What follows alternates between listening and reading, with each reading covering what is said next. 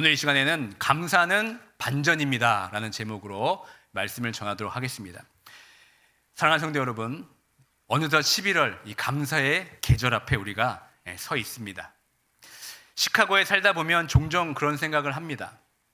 도대체 우리에게 가을이 있었나 싶을 때가 참으로 많은 것 같습니다. 이제 좀 곱게 단풍이 지나 싶어서 이제 구경이라고 할라치면은 야속하게도 비바람이 몰아치거나 또 갑작스러운 눈발이 날려서 낙엽이 다 떨어져서 단풍을 볼 수가 없습니다. 그래서인지 이 시카고의 이 가을은 유난히도 더 짧고 아쉽게만 느껴지게 됩니다. 어쩌면 우리의 인생도 이 시카고 날씨와 참 많이 닮은 것 같습니다. 2025년 올 한 해를 잠시 돌아봅니다. 참으로 정말 다사다난했던 말이 실감이 날 만큼 우리 삶에는 정말 예고 없는 비바람이 불 때도 있었고 크고 작은 파도들이 쉴 새 없이 밀려오기도 했습니다. 때로는 감당하기 힘든 무게에 휘청거릴 때도 있었고 또 예상치 못한 기쁨에 우리가 활짝 웃을 때도 있었습니다. 하지만 분명한 사실이 있습니다. 오늘 우리가 이 자리에 나와서 예배할 수 있음은 우리의 능력이 아닙니다. 변덕스러운 날씨 속에서도 우리를 지키신 그 하나님의 전적인 은혜, 성경의 표현을 빌리자면 에베네셀, 즉 하나님이 여기까지 우리를 도우셨다는 그 기적 때문인 줄 믿습니다. 올 한 해 동안 거친 이 비바람 속에서도 우리의 삶과 가정과 이 교회를 붙들어 주신 주님의 은혜를 우리 감사드리면서 우리 잠시 옆에 있는 성도들과 이렇게 한번 따뜻한 눈길로 이렇게 인사하면 좋겠습니다. 여기까지 인도하신 하나님께 감사드립니다. 여기까지 인도하신 하나님께 정말 감사를 드립니다. 우리는 이렇게 하나님의 은혜를 붙들고 살아가지만 여전히 우리의 삶을 돌아보면 만만치가 않습니다. 팍팍한 현실 속에서 현대인들은 끊임없이 어딘가로부터 위로를 받고 싶어하고 또 내 삶이 이만하면 괜찮다라는 것을 항상 확인받고 싶어합니다. 그래서일까요? 요즘 사람들은 그런 위로와 안도감을 얻기 위해서 가장 손쉽게 찾는 창구가 하나 있습니다. 그것이 무엇인지 아십니까? 바로 내 손 안에 든 스마트폰과 거실 앞에 놓여있는 TV입니다.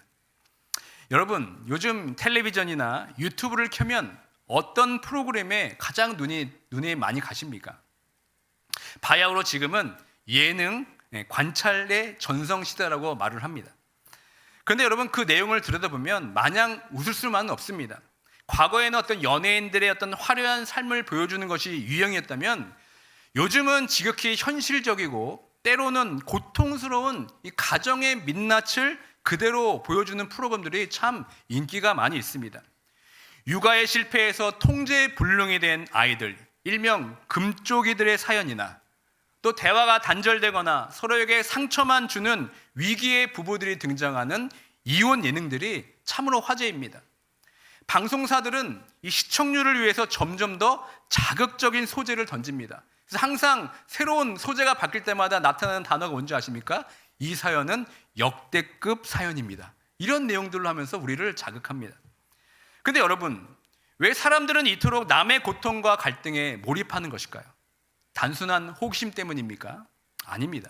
심리학적으로 보면은 여기에는 인간 본성 깊은 곳을 찌르는 아주 미묘한 심리가 숨겨져 있습니다. 심리학에서는 이것을 하향사회 비교라고 말합니다. 사람은 자신이 불안하거나 불행하다고 느낄 때 본능적으로 어떻게 합니까? 자신보다 더 못한 상황에 있는 대상을 찾으려는 경향이 있다는 겁니다.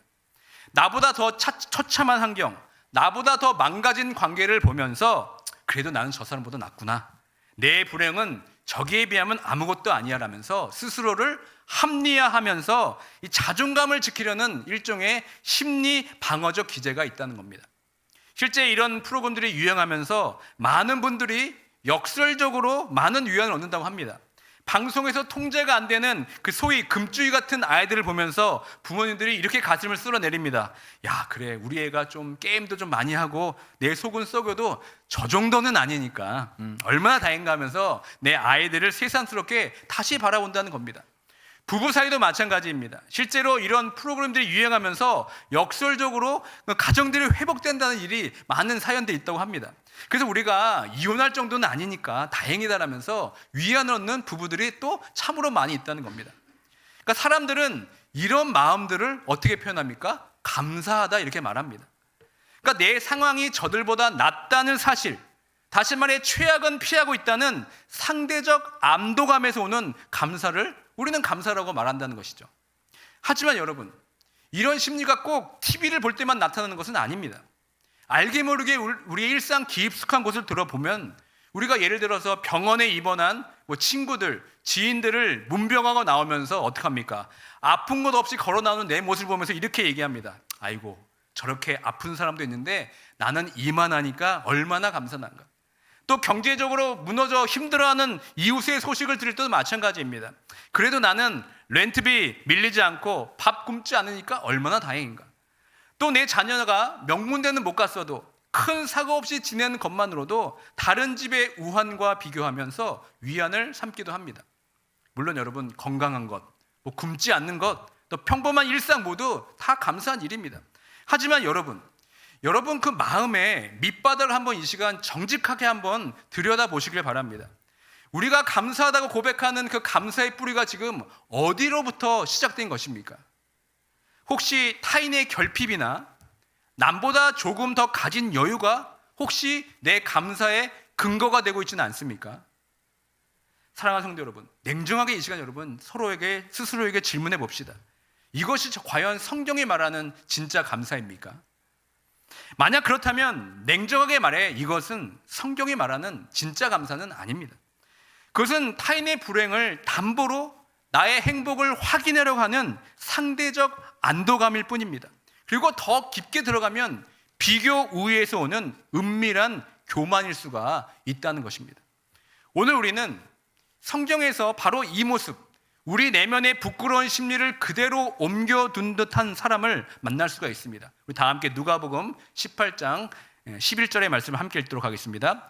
바리새인은 서서 따로 기도하여 이르되 하나님이여, 나는 다른 사람들 곧 토색, 불의, 간음을 하는 자들과 같지 아니하고 이 세리와도 같지 아니함을 감사하나이다. 자, 여러분 이 기도를 잠시 자세히 한번 들여다보시길 바랍니다. 이 기도의 첫 마디는 너무나 훌륭합니다. 하나님이여, 그리고 마지막에 감사하나이다. 겉으로 보기에는 그는 분명히 하나님께 감사를 드리고 있습니다. 하지만 그 감사의 내용과 그 감사를 지탱하고 있는 근거는 무엇입니까? 나는 저 몹쓸 죄인보다는 낫다는 겁니다. 나는 저기 서 있는 세리처럼 비참하지 않다는 것입니다. 그의 감사는 지금 철저한 비교의 뿌리를 두고 있습니다. 그의 감사가 성립되기 위해서는 반드시 나보다 못한, 또 나보다 불행한 누군가가 필요한 겁니다. 저 세리가 비참하면 비참할수록, 저 죄인들이 타락하면 타락할수록 이 바리새인의 감사는 점점 더 커지게 된다는 겁니다. 여러분, 이것은 잔인한 감사입니다. 남의 불행이 나의 감사가 되는 역설, 이것이 바로 상대적 감사의 가장 위험한 함정입니다. 예수님께서는 이 기도를 어떻게 평가하고 계십니까? 주님은 이 기도를 거들떠 보지도 않으십니다. 오히려 가슴을 치며 울던 세리들이 의롭다함을 얻는다고 말씀하고 있습니다. 왜 그렇습니까? 이 바리새인의 감사는 하나님을 향한 것이 아니라 하나님의 이름을 빌려서 자기 자신을 높이는 자기 숭배에 기인하기 때문에 그렇습니다. 하나님보다 자기를 더 높이려고 지금 그것을 이용하는 것뿐입니다. 무엇보다 이 감사는 너무나 사실 위험한 감사입니다. 생각해 보십시오. 만약 이 바리새인 앞에 자신보다 더 의롭고 더 경건한 사람이 나타난다면 어떻게 되겠습니까? 그의 감사는 순식간에 시기와 질투로 바뀌게 될 것입니다. 반대로 그가 실수하여 바리새인 스스로 죄를 짓게 된다면 그의 감사는 즉시 절망과 자기 비하로 무너져 내리게 됩니다. 그러니까 비교 위에 쌓은 감사는 이처럼 파도 한 번이면 무너져 버리는 모래성과 같습니다. 우리가 우리 애는 저 집 애보다 나아서 감사해, 내 남편은 저 사람보다 나아서 감사해 라고 말할 때 우리는 정확히 나도 모르게 이 바리새인의 자리에 서 있는 것과 같습니다. 하나님은 이런 조건적인 감사, 누구를 밟고 올라선 상대적인 감사를 절대로 기뻐하지 않으십니다. 그렇다면 사랑하는 성도 여러분, 우리가 어떻게 이 위태로운 모래성 같은 감사를 벗어날 수 있겠습니까? 오늘 본문 로마서 12장은 이 위태로운 이 상대적 감사, 상황적 안도를 완전히 무너뜨리고 있습니다. 그리고 우리를 차원이 다른 감사로 초대하고 있습니다. 세상이 말하는 감사는 남보다 나아서 느끼는 상대적 우월감이라면, 성경이 말하는 감사는 삶의 근본이 뒤바뀌는 위대한 반전인 겁니다. 이 놀라운 반전의 시작 알리는 로마서 12장 1절의 말씀을 우리 다 함께 한 목소리로 봉독하겠습니다. 그러므로 형제들아, 내가 하나님의 모든 자비하심으로 너희를 권하노니 너의 몸을 하나님이 기뻐하시는 거룩한 산 제물로 드리라. 이는 너희가 드릴 영적 예배니라. 아멘. 사랑하는 성도 여러분, 감사의 첫 번째 위대한 반전은 우리의 시선이 나의 상황에서 하나님의 자비하심으로 옮겨지는 것입니다. 오늘 우리가 읽은 로마서 12장은 로마서 전체의 흐름을 바꾸는 아주 거대한 전환점을 우리에게 보여주고 있습니다. 1장부터 11장까지는 사도 바울이 인간의 어떤 전적인 타락과 오직 믿음으로 말미암는 하나님의 구원이라는 장엄한 교리를 설명합니다. 그리고 12장 1절에 와서 그러므로라는 단어로 시작이 됩니다. 여러분, 이 단어는 단순한 접속사가 아닙니다. 로마서 1장부터 11장까지 바울이 쏟아냈던 그 장엄한 복음, 죄로 인해 죽을 수밖에 없었던 우리가 오직 예수 그리스도의 십자가 은혜로 의롭다 하심을 얻었다는 그 놀라운 구원의 진리와 이제 우리가 세상 속에 살아가야 할 거룩한 삶을 연결하는 거대한 다리와도 같다는 겁니다. 바울은 지금 우리에게 이렇게 외치고 있습니다. 너희가 십자가의 은혜로 말미암아 이 다리를 건너서 그 엄청난 구원을 받았느냐? 그러므로 이제 너희의 삶은 달라져야 한다. 지금 이것을 말하고 있는 겁니다. 그렇다면 우리의 감사는 어떻게 달라져야 됩니까? 먼저 여러분, 감사의 문법이 바뀌어야 됩니다. 만약 if의 감사에서 뭐뭐 때문에 because의 감사로 우리가 바뀌어야 됩니다. 세상 사람들의 감사는 대부분 조건문입니다. 하나님, 만약 이번에 비즈니스가 잘 풀리면 제가 하나님께 감사하겠습니다. 만약 우리가 좋은 대학에 가면은 하나님께 감사드리겠습니다. 만약 내 건강이 회복된다면 다시 하나님께 헌신하면서 감사하겠습니다. 하지만 여러분, 이것은 엄밀히 말하면 감사가 아니라 사실은 하나님과 거래하는 것입니다. 그런데 제가 누구를 탓하겠습니까? 저 역시 이런 거래 유혹에서 자유롭지 못합니다. 솔직히 고백하면 저에게도 이런 부끄러운 모습이 참으로 많이 있습니다. 제가 시카고에 온 지 얼마 안 됐을 때의 일입니다. 당시 저에게 시카고에 와서 제일 적응하기 힘든 것이 있다면 그것이 무엇이냐면 바로 로컬 스피드 리밋이었습니다. 차도 없는 텅 빈 새벽길을 35마일로 다니는 것이 저한테는 얼마나 답답하고 힘든 일인지 모르겠습니다. LA 있을 때만 해도 그냥 바로 프리웨이가 있기 때문에 달리면 70마일, 80마일인데 여기는 계속 다 모든 도로가 35마일입니다. 그날따라 제가 이제 새벽에 일어났는데 몸이 정말 천근만근 무거웠습니다. 운전대를 잡고 교회를 오면서 저도 모르게 속에서 이런 불평이 터져 나왔습니다. 아니, 도대체 누가 이 새벽 예배를 만든 거야? 이걸 만들어서 왜 날 이렇게 힘들게 하나? 저도 모르게 이런 불평이 터져 나온 겁니다. 여러분, 사람의 마음이 이렇게 불평이 가득하면 눈이 가려지나 봅니다. 사실 제가 출퇴근하는 그 미러키 대로길에는 특별히 새벽에 경찰들이 한 3군데 정도 숨어 있습니다. 제가 어딘지 다 알고 있음에도 불구하고, 그런데 그날은 그 불평함과 원망 때문에 저도 모르게 그 사실을 간과한 채 엑셀을 밟아버린 겁니다. 35마일 존을 훌쩍 넘어서 속도를 내게 된 겁니다. 사실 몰랐죠. 근데 갑자기 한참 가고 있는데 뒤에서 번쩍번쩍번쩍하는 파란 불빛이 비치기 시작합니다. 경찰이 어느새 제 뒤에 바짝 붙어서 붙은 거죠. 그 순간 잠도 달아나고 엄청난 자괴감이 몰려오기 시작합니다. 그래서 속도를 줄이고 이제 도로에 섰습니다. 그 경찰이 다가옵니다. 그래서 어디 가는 길이냐고 묻습니다. 그래서 저도 모르게 최대한 불쌍한 표정을 지으면서 이렇게 얘기합니다. I'm going to church. I'm pastor. 꼭 패스터말 붙여요. 근데 경찰은 별 반응이 없습니다. 그냥 라이센스, 인슈런스 달라고 합니다.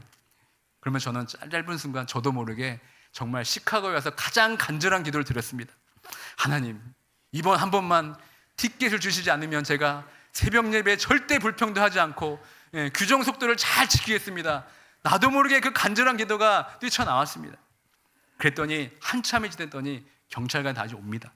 그리고 정말 티켓 대신 워닝만 주고 갔습니다. 그때 저도 모르게 속으로 할렐루야가 나오더라고요. 그때의 기쁨이란 이루 말할 수가 없었습니다. 그 사건 뒤로 제가 어떻게 된 줄 아십니까? 하나님과 약속대로 지금까지 단 한 번도 저는 새벽에 오는 길에 절대로 불평불만하지 않고 있습니다. 규정 속도도 정말 잘 지키면서 오고 있습니다. 사랑하는 성도 여러분, 그런데 여러분, 이 사건을 다시 한번 냉정하게 분석해 봅시다. 그때 제가 드린 감사는 성경이 말하는 정말 진짜 감사였습니까? 아니면 어떤 상대적인 상황적인 감사입니까? 엄밀히 말하면 그것은 티켓값을 아꼈다는 안도감, 그리고 그 위기를 모면했다는 상황적 감사였습니다. 만약 그때 경찰이 봐주지 않고 제게 티켓을 발부했다면 어떻겠습니까? 저는 아마 하나님을 원망하면서 씩씩거리면서 아마 예배당에 들어왔을 것입니다. 이처럼 조건부, 상황적 감사는 너무나 우리에게 취약합니다. 상황이 조금만 틀어지면, 또 비즈니스가 조금만 어려워지면, 몸이 조금만 아파도 즉시 원망과 탄식으로 바뀌어버립니다. 이것은 바람에 흔들리는 갈대와 같습니다. 우리는 그동안 이런 흔들리는 갈대를 붙잡고 감사라고 하면서 착각해 왔을지도 모릅니다. 그렇다면 여러분, 흔들리지 않는 이 절대적 감사는 어디서 나옵니까? 바울은 오늘 본문에서 아주 놀라운 단어 하나를 감사의 근거로 제시하고 있습니다. 바로 뭡니까? 하나님의 모든 자비하심으로라는 것입니다. 여러분, 이 표현을 다시 한번 주의 있게 보십시오. 사실 우리는 뒤에 나오는 너의 몸을 하나님이 기뻐하시는 거룩한 산 제물로 드리라 라는 명령만 보면서 질의 겁을 먹고 부담을 느낍니다. 하나님이 또 무거운 헌신을 내게 요구하시는구나 라면서 나에게 안 하면 벌 주시겠지라는 그런 부담감을 갖습니다. 하지만 여러분, 바울의 의도는 전혀 다릅니다. 바울은 지금 하나님의 심판이 두려우니 너의 몸을 드려라고 하는 것이 아닙니다. 혹은 너희가 몸을 드려야 구원해 주겠다고 지금 거래를 말하는 것도 아닙니다. 본문은 무엇으로라는 말을 잘 보셔야 됩니다. 하나님이 너희에게 베푸신 그 엄청난 자비하심을 봐라. 그 사랑을 생각한다면 우리가 어떻게 가만히 있을 수 있겠느냐라는 벅찬 감격의 초청으로 지금 우리에게 말씀하고 있는 겁니다. 여기서 자비하심의 뜻은 무슨 뜻이냐면, 이 헬라어 원문을 살펴보면은 이 뜻은 점잖은 동정이 아니라 창자가 끊어지는 듯한 고통을 감수하면서 자식을 살려내는 부모의 애끓는 감정을 바로 거룩 모든 자비하심이라는 뜻입니다. 하나님이 우리를 어떻게 사랑하셨습니까? 죄인인 나를 살리시기 위해서 가장 아끼는 독생자 예수 그리스도를 십자가에서 찢기기까지 우리를 사랑하셨습니다. 그 처절한 자비하심으로 우리가 구원을 얻었습니다. 사랑하는 성도 여러분, 누군가 내 생명을 구하기 위해 자기 목숨을 버렸다면 그 사람에게 고맙습니다 라는 말 한마디로 끝낼 수가 있겠습니까? 그 은혜를 아는 사람이라면 이제 내 남은 생명은 당신의 것입니다 라면서 고백하는 것이 마땅하지 않겠습니까? 로마서 12장의 논리가 바로 그런 것입니다. 너희가 그 엄청난 십자가 사랑, 그 자비를 입었느냐? 그렇다면 너희가 할 수 있는 유일한 반응이 무엇이냐면 마땅한 감사이다. 마땅한 감사는 너의 자신을 주님께 드리는 것으로 보여준다고 우리에게 말씀하고 있습니다. 그래서 바울이 이것을 무엇이 표현합니까? 너희가 드릴 영적 예배니라 라고 말씀하고 있습니다. 이 영적 예배를 원문으로 살펴보면 이렇게 해석이 됩니다. 합리적인 예배, 합당한 예배라고 원문이 그렇게 밝히고 있습니다. 그러니까 이것은 억지가 아니라는 거죠. 그 자비하심을 깨달은 자라면 너무나도 당연하고 마땅히 드려야 할 감사의 예배와 반응으로 나간다고 우리에게 역설하고 있는 겁니다. 여러분, 제가 그 경찰에게 받은 티켓 하나 면제받은 자비에도 그렇게 기뻐했다면 하물며 영원한 지옥 형벌에서 면제를 받고 천국 시민권을 주신 그 하나님의 자비하심 앞에서 우리가 어떻게 감사하지 않을 수 있겠습니까? 사랑하는 성도 여러분, 기억하십시오. 내 상황은 변할 수밖에 없습니다. 건강도 재물도 있다가 사라지는 것입니다. 하지만 나를 향한 그 십자가의 사랑은 영원히 변하지 않는 줄 믿습니다.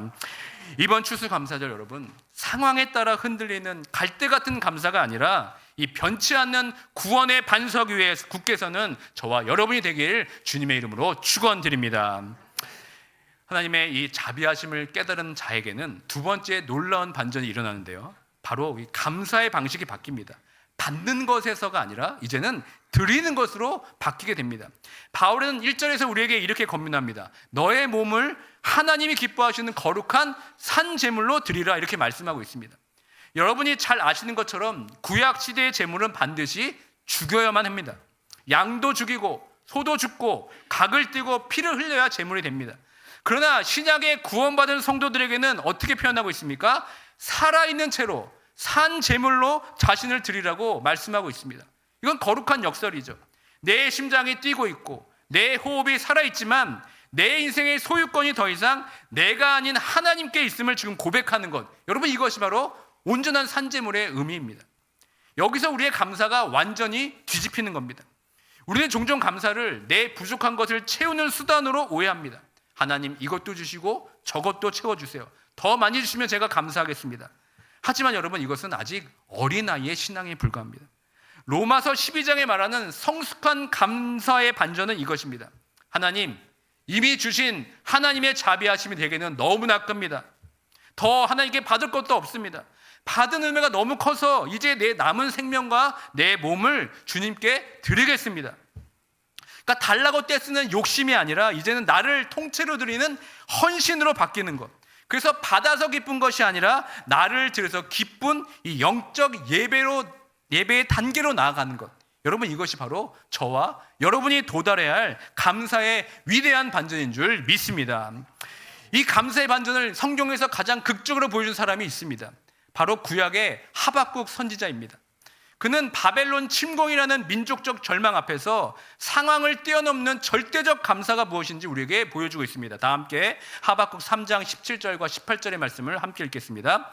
비록 무화과 나무가 무성하지 못하며 포도나무에 열매가 없으며 감람나무에 소출이 없으며 밭에 먹을 것이 없으며 우리의 양이 없으며 외양간에 소가 없을지라도 나는 여호와로 말미암아 즐거워하며 나의 구원의 하나님으로 말미암아 기뻐하리로다. 아멘. 여러분, 이 2000년 전의 고백을 오늘 우리가 살아가고 있는 이민 사회의 언어로 바꿔보면 어떻게 되겠습니까? 이런 고백이 되지 않겠습니까? 비록 이번 달 가게 렌트비를 못 낼지라도, 비즈니스가 안 돼서 통장에 잔고에 바닥이 날지라도, 남들 다 가는 휴가 한번 못 갈지라도, 내 노후가 보장되지 않는 막막한 상황일지라도, 세상 사람들은 이런 고백을 들으면 뭐라고 얘기하는지 아십니까? 절망이라고 부릅니다. 그런데 바로 이 순간 구원의 은혜를 아는 성도라면 아마 이렇게 선포할 것입니다. 그럼에도 불구하고 나는 여호와로 말미암아 즐거워하리로다. 나는 나를 구원하신 하나님 한 분만으로 내가 만족하고 기뻐하리라. 여러분, 어떻게 이런 것이 가능하겠습니까? 이것은 내 손에 쥐어진 무엇 때문에 감사하는 것이 아닙니다. 지금 내가 누구와 함께 하시는 그 하나님을 내가 붙잡고 있기 때문에 이런 고백을 할 수 있는 겁니다. 나를 죄에서 건지시고 자녀 삼으신 그 하나님 한 분만으로 충분하기 때문에 이렇게 고백할 수가 있는 겁니다. 이것이 바로 세상이 감당할 수 없는 위대한 반전의 감사가 될 줄 믿습니다. 사랑하는 성도 여러분, 이번 추수절 감사절은 우리의 감사의 이유를 다시 한번 점검하는 시간이 되었으면 좋겠습니다. 창고가 가득 차서 감사한 것이 아니라 비록 빈 창고일지라도 나를 영원한 생명으로 채우시는 예수 그리스도의 은혜에 감사하는 저와 여러분들이 되시길 주님의 이름으로 간절히 축원드립니다. 사랑하는 성도 여러분, 이 첫 번째 반전이 바로 나의 시선을 상황에서 하나님께로 돌리는 수직적 반전이었다면, 두 번째 반전이 무엇인지 아십니까? 이 받은 은혜를 내 안에 가두지 않고 이웃에게 흘려보내는 수평적 반전이 우리에겐 필요합니다. 이 반전의 핵심이 담긴 명령, 로마서 12장 13절의 말씀을 다시 한번 함께 읽도록 하겠습니다. 성도들의 쓸 것을 공급하며 손 대접하기를 힘쓰라. 아멘. 여러분, 이 말씀은 단순히 착하게 살아라, 기부 좀 해라 라는 어떤 도덕적 권면이 아닙니다. 이것은 앞서 1절에서 우리가 나눴던 그 일어난 구원의 사건 때문에 드러나는 필연적인 결과라는 것입니다. 바울은 1절에서 우리에게 너희 몸을 산 제물로 드려라 이렇게 말씀하고 있습니다. 여러분, 제물의 특징이 무엇입니까?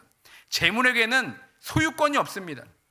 제단 위에 올려진 순간 그 제물의 주인은 더 이상 제물이 아니라 누굽니까? 하나님이십니다.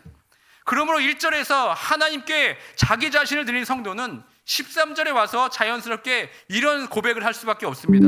내 지갑도, 내 시간도, 내 집도 더 이상 내 것이 아닙니다. 주님이 원하신다면 내가 이웃을 향하여서 활짝 열겠습니다. 여러분, 바로 이것이 움켜쥐려는 소유가 아니라 이런 본성을 거슬러서 과감하게 나눔으로 나아가는 위대한 반전이 되는 겁니다. 그렇다면 여러분, 우리는 왜 나눠야 합니까? 많은 성도가 범하는 안타까운 실수가 있습니다. 구원의 감사를 나만의 행복, 나만의 평안으로 끝내는 것입니다. 예배당 문을 나서면서 이렇게 우리는 고백합니다. 야, 오늘 말씀 참 좋았다. 나 구원받아 너무 기뻐. 나 은혜 받아 너무 좋아. 하지만 여러분, 기억하십시오. 나에게만 고여있는 은혜는 여러분 위험한 은혜입니다. 흐르지 않는 물이 썩듯이 이웃에게 흘러가지 않는 감사는 결국 영적 이기주의로 변질될 수밖에 없습니다. 이것을 신학적으로 어떻게 표현하냐면 은혜의 사유화, 이렇게 말합니다. 그러니까 공공재인 하나님의 은혜를 나만의 사유재산처럼 여기서는 안 된다는 겁니다.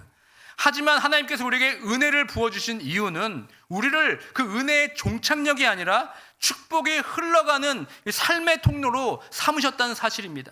여러분, 통로가 막히면요, 물은 썩게 되어 있습니다.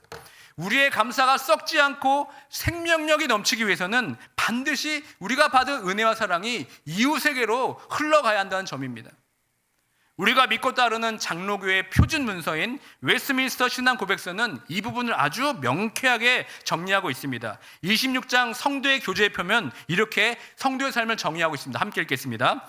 성도들은 서로의 덕을 세우며 겉으로나 속으로나 서로의 유익을 위하는 일들을 수행할 의무가 있다는 겁니다. 여러분, 의무라는 단어를 여러분 주목하셔야 됩니다. 성경은 나눔을 또 섬김을 어떤 여유가 있어서 하는 착한 취미라고 말하지 않습니다. 해도 그만해도 되는 권장사항이 아닙니다. 이것은 구원받은 자가 마땅히 감당해야 할 거룩한 의무라고 분명히 말씀하고 있습니다. 우리는 그리스도 안에서 다 한 몸입니다. 오른손이 다치면 왼손이 그 손을 돕습니다. 어려움에 처한 성도를 돕고 격려하는 것은 우리가 살아있다는 증거이면서 우리가 하나님께 드리는 진짜 감사의 표현이 됩니다. 이를 위해 바울은 오늘 본문에서 어떻게 밝히고 있습니까? 아주 구체적이고 강력한 실천을 명령합니다. 손 대접하기를 힘쓰라, 이렇게 말씀하고 있습니다.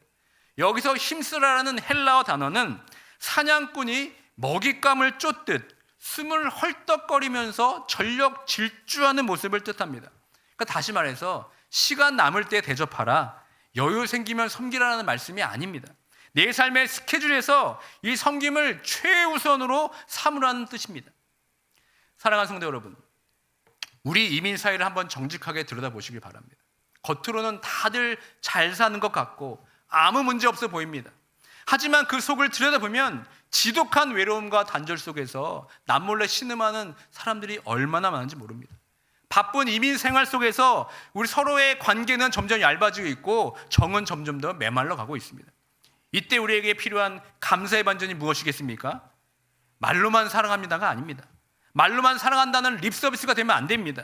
나의 지갑을 열고 어려움에 처한 지체들을 필요를 채워주는 것이 바로 우리의 의무라는 겁니다. 닫혀있던 여러분의 현관문을 열고 외로운 이웃에게 정말 따뜻한 밥 한 끼를 대접하는 것이 바로 우리 삶에 대한 하나님의 명령이라는 겁니다. 여러분의 식탁에 누군가를 초대하는 작은 섬김이 그 사람에게는 하나님이 나를 잊지 않으셨구나라는 것을 체험하는 기적이 될 수도 있다는 사실입니다. 그래서 저는 오늘 여러분들께 거룩한 부담감을 드리는 행복한 숙제를 하나 내드리고 싶습니다. 다가온 이번 추수감사절, 여러분의 풍성한 식탁에 가족들만 둘러앉지 마시기 바랍니다. 올해는 여러분 식탁에 의도적으로 빈 의자 하나를 더 놓으시길 바랍니다. 그리고 그 자리에 여러분 누구를 초대해야 되겠습니까? 교회 안에 정말 홀로이 외로이 계시는 성도님들도 좋습니다. 그리고 새가족들도 좋습니다. 그리고 시야를 조금 더 넓혀서 우리 이웃 중에 혹은 여러분의 직장 동료 중에 아직 예수님을 알지 못하는 분들, 그리고 우리가 마음에 품고 기도했던 이 전도 대상자들을 여러분 그 자리에 초대하시길 바랍니다. 거창한 요리가 아니어도 좋습니다. 그저 따뜻한 밥 한 끼를 대접하면 우리가 누리는 이 감사의 기쁨을 보여주는 것으로 충분하게 되는 겁니다. 여러분의 식탁에 초대된 그 한 사람에게 여러분의 따뜻한 섬김은 하나님의 살아계심을 보여주는 강력한 증거가 될 줄 믿습니다. 이 시간 성령님께서 여러분들 마음 가운데, 생각 가운데 분명히 떠올리는 사람이 있을 것입니다. 여러분 망설이지 마시고 용기 내 여러분 전화 거십시오. 이번 추수감사 연휴에 우리 집 빈 의자에 주인이 되어 주시겠습니까? 라고 여러분 용기 있게 말하시길 바랍니다.